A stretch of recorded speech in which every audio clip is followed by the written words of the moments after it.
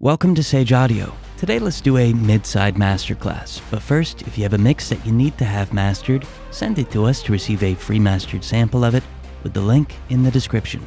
What is mid and side? Whenever you have a stereo signal with variation between the left and right channels, we can create a mid-side track. In short, the mid image is everything that is identical between the left and the right, and the side is everything that is different between the two. Now you can create a side image by inverting the phase of one channel in a stereo track. This is going to nullify everything about the two signals that is identical, leaving behind only the differences. Alternatively, you could just use this MSED plugin by Voxingo since it's free and more straightforward. Let's take a quick listen to mid and side images.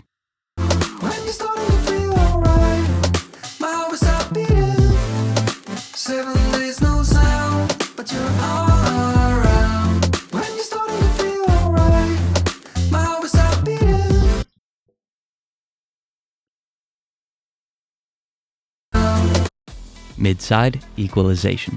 Mid-side EQs make it easy to affect the mid and side separately. Now, one of my favorite uses is to make the lows mono by using a high-pass filter on the side image. Another is boosting 2.5 kHz on the mid image to make the vocal cut through in a master. Now, as you can imagine, there are a lot of possibilities, but one more popular use is expanding the high frequencies with a side image high shelf. Let's take a listen to these three filters being enabled.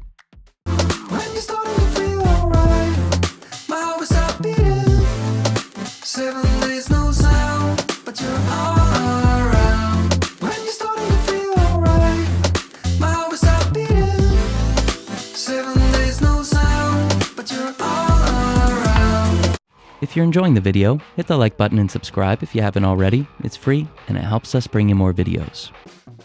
Easy mid-side routing.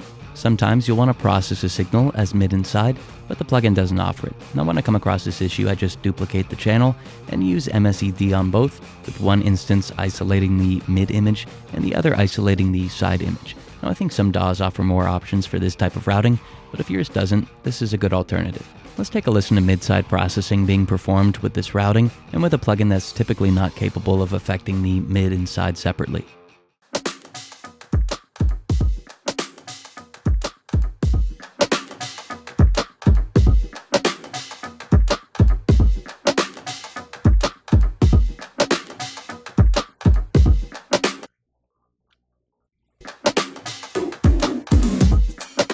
Mid-side saturation.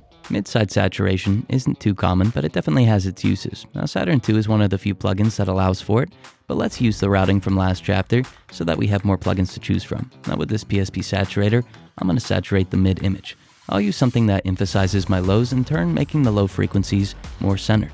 On the side image, I'll saturate some of the higher frequencies, causing expansion to my highs. So as you can see, we could use the setup and the harmonics caused by saturation to affect our stereo image in a unique way. Let's take a listen.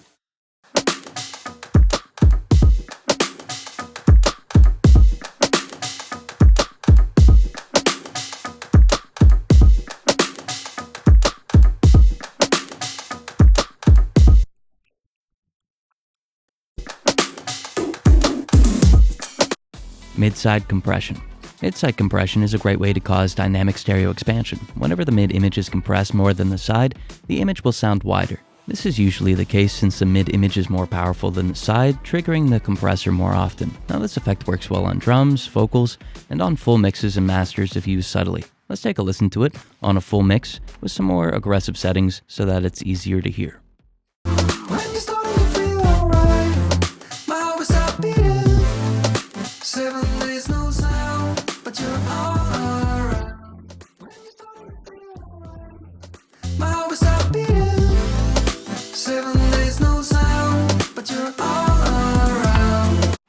Creative temporal mid-side.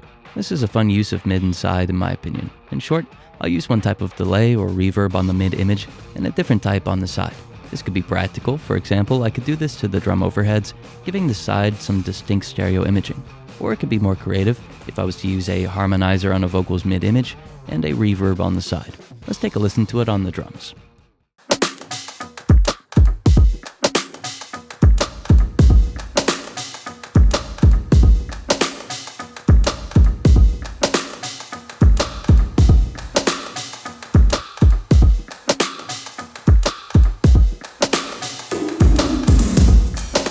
Side image, transients. One of my favorite ways to process the sides is with a transient expander. This is especially true for the drums since it has a needed and often lacking percussive quality to the sides. Now I'll do the same setup from chapter 2 and insert punctuate to expand the image. Then I'll blend the effect in, ensuring that it's not too aggressive. Let's take a listen.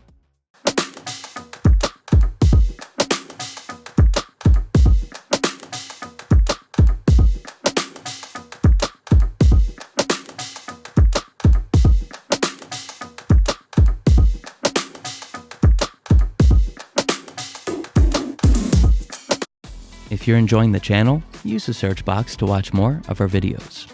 Mid-image, parallel processing. Similar to the last chapter, parallel compression and distortion will work well, but this time on the mid-image. I'll use the Invigorate plugin by Newfangled Audio to introduce compression, limiting, and some overdrive to my mid-image, and then blend the effect in with the mix dial. I find that this works well on drums, but could also be great on various instrument buses. Let's take a listen.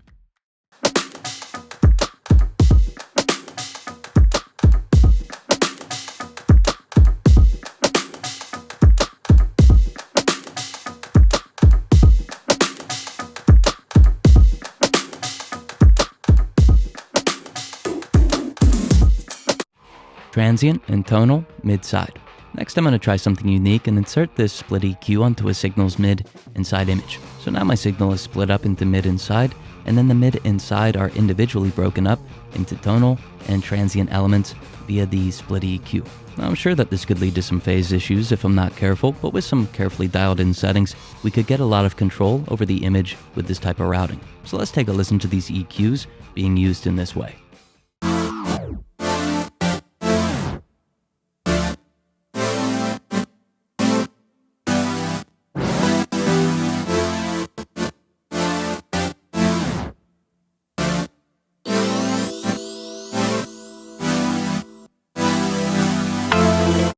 Creative, mid-side automation.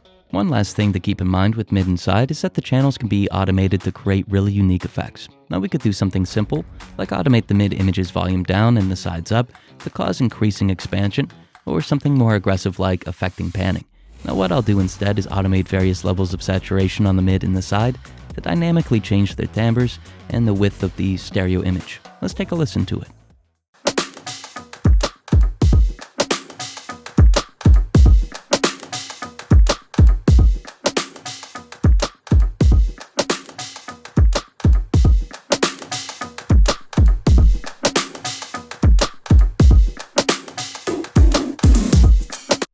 If you have a mix that you need to have mastered, send it to us to receive a free mastered sample of it with the link in the description. Thank you so much for watching.